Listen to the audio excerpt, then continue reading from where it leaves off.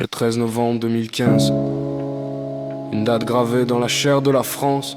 130 morts, des centaines de blessés, et une génération entière qui, ce soir-là, a vu ses repères s'effondrer. 10 ans ont passé, les bougies ont fondu, les fleurs se sont fanées, mais la mémoire, elle, ne s'efface pas. Aujourd'hui, ceux qui n'étaient encore que des enfants se souviennent. Leur voix tremble, hésite, mais raconte avec une lucidité désarmante le jour où ils ont compris que le monde n'était plus sûr. Camilla se rappelle de ton grave, de son père, ce silence dans la maison et cette phrase qui brise l'enfance. Il y a eu une tuerie, ici chez nous.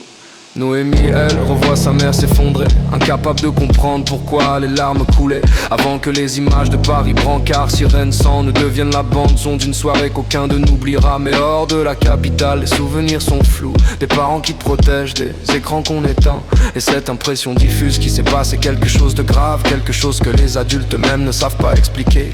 À Avignon, à Bordeaux, dans les Yvelines, on apprend que la peur n'a pas besoin d'adresse, elle se glisse dans les conversations, dans les regards, dans les gestes prudents du quotidien.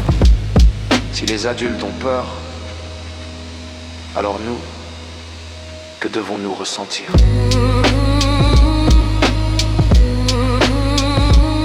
10 ans plus tard, cette peur n'a pas totalement disparu. Elle s'est transformée en vigilance, en méfiance, en cicatrice invisible.